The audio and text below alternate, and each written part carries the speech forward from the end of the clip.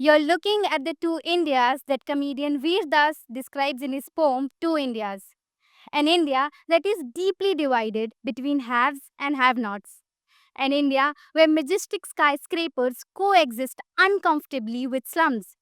An India that survives on an income of 42 rupees a day, and an India whose income growth rate knows no bound. In this video, we will delve into the income divide that this country is going through and whether the COVID pandemic aggravated this situation and whether it is the sole reason for this economic divide. We're also going to be talking about what the government is doing to solve this situation and whether the budget will consider this as a challenge in budget 2025. According to a 2022 World Inequality Report, India is among the most unequal countries in the world. Consider this. In a country home to 142 crore people, there are about 228.9 million poor people, while there are just 166 billionaires. However, what paints a more scary picture is that the income growth rate of billionaires is more than 100%, while the same rate for the bottom 10% is less than 5%. Here are some more shocking numbers. An Oxfam report says the top 10% of the Indian population holds 77% of the total national wealth. 73% of the wealth generated in 2017 went to the richest 1%, while roughly 670 million Indians, who comprise the poorest half of the population, saw only a 1% increase in their wealth. A recent report by Price says that India's income inequality in 2023 remained higher than it was in the 1950s. This is measured using the Gini coefficient, which is a measure of income inequality over a period of time. According to a 2024 report by Hurun Research Institute, Mumbai is now the Asian capital with the most number of billionaires, beating cities like Beijing, San Francisco, and Moscow. Incidentally, this is the first time India's most populous city has taken the top spot in Asia.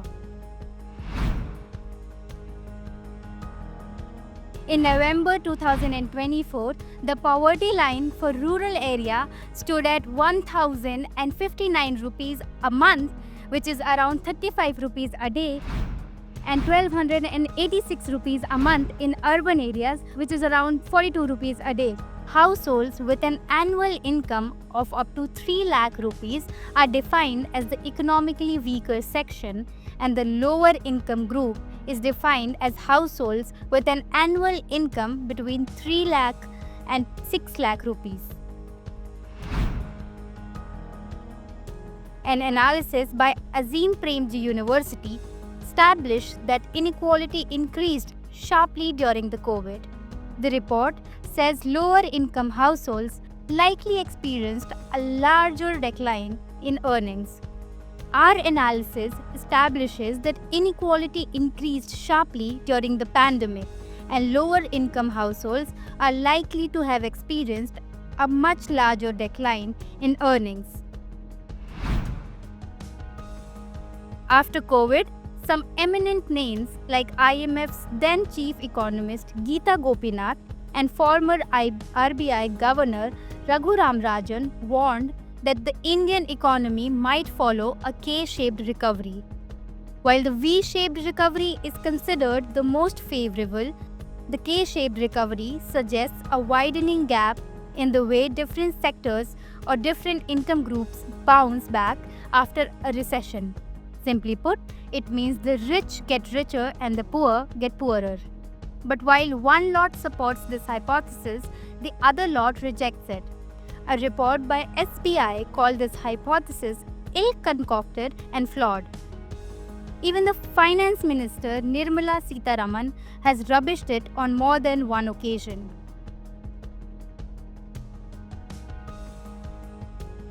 While COVID is definitely to be blamed, The pre-pandemic data doesn't paint a very optimistic picture either.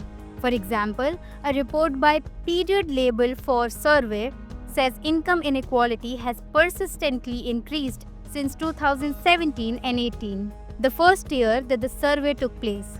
Now, take a look at this graph. The difference in income increment has magnified with every passing year. Back in 2017 and 18, the income threshold for the top 1% of earners was 50,000 rupees. But by 2023 and 24, that number shot up to 75,000 rupees. On the flip side, the income threshold for the bottom 10% saw a much smaller increase, moving from 3,200 rupees in 2017 and 18 to 3,900 rupees in 2023 and 24. We analyze the Indian Household Income Survey conducted by People Research on India's consumer economy to derive the level of inequality.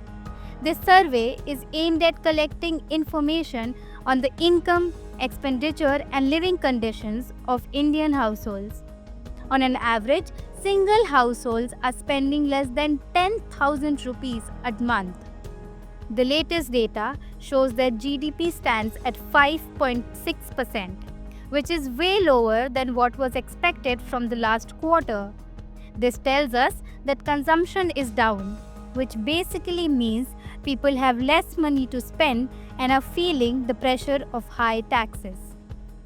Now, this said, I think the issues which you flagged in terms of consumption and investment, they are very much pertinent because there are definitely signs of saying that consumption growth has definitely taken a backseat primarily on account of inflation. Consider this.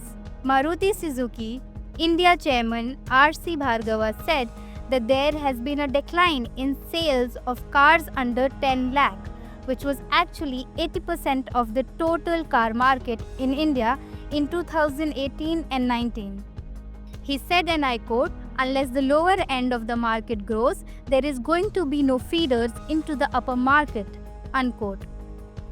The opposite is true for luxury items, as sales of brands like Gucci, Louis Vuitton skyrocketed as their demand rose.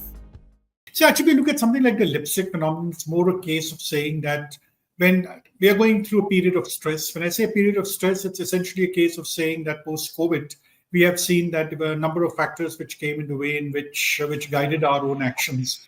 There was a tendency for inflation to be very high, which meant that if we wanted to actually indulge in something, we tended to spend money on certain things which are called semi-comforts or semi-luxuries. So that's what we saw, that this particular industry of cosmetics, for example, is something which had done exceptionally well.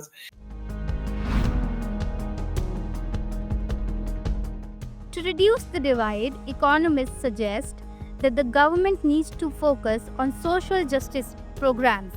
For example, an increase in investment in sectors like healthcare, education, and social security may go a long way, since India has a large population of unskilled, poor, and uneducated workforce. On one hand, government schemes need to focus on upskilling the workforce, and on the other, it needs to guarantee work which is at par with their current skill level. The National Rural Employment Guarantee Act is a good example. It does not only guarantee employment for a period of time but also helps in increasing people's consumption expenditure. The scheme has 129 million active workers. Another similar scheme for ground level inclusive development is aspirational districts. Under this scheme, 117 districts with poor socio-economic indicators have been identified by Niti Aayog, and the government is working towards inculcating the required skills. Here are the 5 points that need to be taken into consideration to fix the issue of growing disparity. Number 1, curbing inflation. Number 2, higher allocation for education. Number 3, higher allocation for the healthcare sector. Number 4, reducing taxation for the middle class. Number 5, raising taxation for the wealthy. However, it is easier said than done, and multiple challenges remain. All eyes are now on Budget 2025, which is just a day away. Will the Modi government address this issue and take measures to reduce this divide between the ultra rich and the poor?